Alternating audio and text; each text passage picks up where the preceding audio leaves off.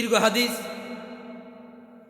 হযরত আদম নবী দুনিয়ায় নামিয়ে দিলেন, 350 বছর কান্না করলেন, মালিকের কাছে 2 হাত তুলিয়া বললেন, আল্লাহ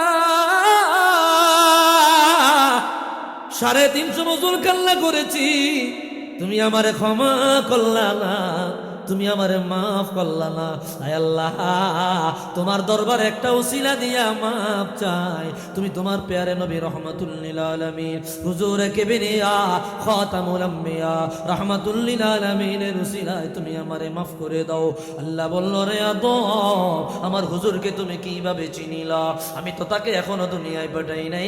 আদম নবী বলল, আল্লাহ যখন তুমি আমারে বানাইলা, আমার ভিতরে রূহ দিয়া দিলা, ফারাফাতু রাসি ইলা কাওয়াইমিল আরশ, আমি আরশ আজিমের দিকে মাথা তুলেছি, তাকায়া দেখি রে আরশ আজিমের পায়ায় পায়ায় ফিলারে ফিলারে তোমার নামের সাথে তোমার বন্ধু নবীর নাম দেখা যায়। আল্লাহ বলল, সাদাকতা ইয়া আদম, সত্য বলেছো, আমার হুজুরের ওসিলা দিয়ে মাফ চাইলা, আমি আল্লাহ তোমারে ক্ষমা করে দিলাম। জানি আল্লাহ, আমি যদি আমার রাসূলের না বানাইতাম, আমি যদি আমার হাবিবের না বানাইতাম, আমি যদি আমার হাবিবের না পাঠাইতাম, আমি আল্লাহ তুমি আদমকেও বানাইতাম না।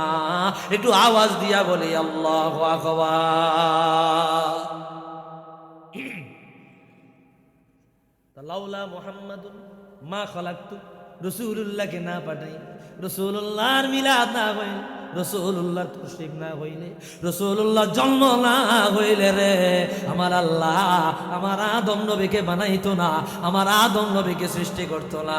আমার বন্ধুরা রে, রাসূলুল্লাহর মিলাদ মোবারকের উসিলায়, রাসূলুল্লাহর আগমনের বরকতে, রাসূলুল্লাহর তশরীফের বরকতে আমার আল্লাহ তামাম জগৎ সাজাইলেন, তামাম জাহান সাজাইলেন। একটু আওয়াজ দিয়া বলেন ঠিক কিনা? এই জন্যই তো কবি বলে, আজ কোন আয়া হে आमना की आंगन में नूर जगमगाया है,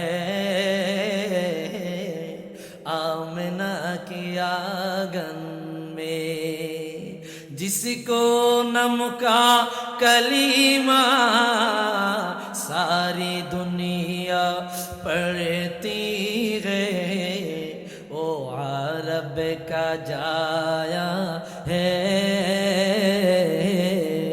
आमना के आंगन में। কে আসিল রে আমেনার বাগানে, কে আসিয়া তামাম জগৎটা আলোকিত করলো? তিনি আর কেউ নয়, তিনি আমার আপনার নবী রহমাতুল লিল আলামিন। একটু আওয়াজ দিয়া বলেন ঠিক কিনা?